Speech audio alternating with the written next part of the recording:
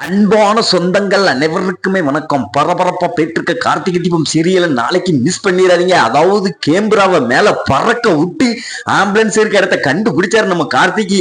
அதுக்கு அடுத்து அந்த ஆம்புலன்ஸ அப்படியே எடுத்துட்டு கல்யாண மண்டபத்துக்கு வந்து இந்த கல்யாணத்தை தடுத்து நிறுத்தினாரு. அது வேற லெவல். அததான் ஒரு குட்டி ப்ரோமோ பார்க்க போறோம். அதுக்கு முன்னால ஃபேமிலி சீரியல் சேனலுக்கு வந்து லைக் பண்ணாங்க, லைக் பண்ணுங்க, சப்ஸ்கிரைப் பண்ணுங்க. அதாவது பாத்தீங்கன்னா எப்படியாவது ஆம்புலன்ஸை கண்டுபிடிக்கணும் அப்படின்னு நம்ம கார்த்திகி வந்து ரோடா அலைஞ்சாரு. அப்போ வந்து ஒருத்தன் வந்து டெலிகிராம் கேமராவை வந்து மேல பறக்க விட்டு வீடியோ எடுத்துக்கிட்டு இருந்தான்.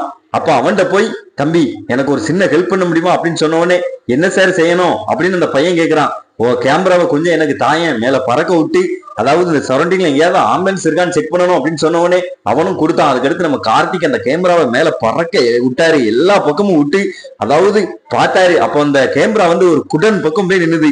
அதுல ஆம்புலன்ஸ் இருக்கிறது துல்லியமா காமிச்சுது. அதுக்கடுத்து நம்ம கார்த்திக் வந்து ஆம்புலன்ஸ் இருக்கிற இடத்த கண்டுபிடிச்சிட்டாரு. அதுக்கடுத்து அந்த பையனை தேங்க்ஸ் அப்படின்னு சொல்லிட்டு வேகமா போய் அந்த ஆம்புலன்ஸ்ல இருந்த டிரைவரை அடின்னு அடிச்சு போட்டு அந்த ஆம்புலன்ஸை மீட்டு அதுக்கடுத்து பாத்தீங்கன்னா கல்யாண மண்டபத்துக்கு வேகமா வந்தாரு.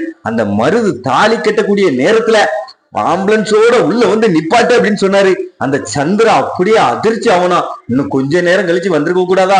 இவன் வந்தாலே ஏதாவது ஆதாரத்தோட தான் வருவான், கட்டாயம் இனிமேல் இந்த கல்யாணம் நடக்கிறது சந்தேகம் தான் அப்படின்ட்டு வைத்தறிச்சல் இருக்கா. அதுக்கடுத்து நம்ம கார்த்திக் கொடுத்த எவிடன்ஸ் எல்லாத்தையும் பார்த்து சாமுண்டீஸ்வரி அப்படியே அதிர்ச்சி ஆகுனாங்க.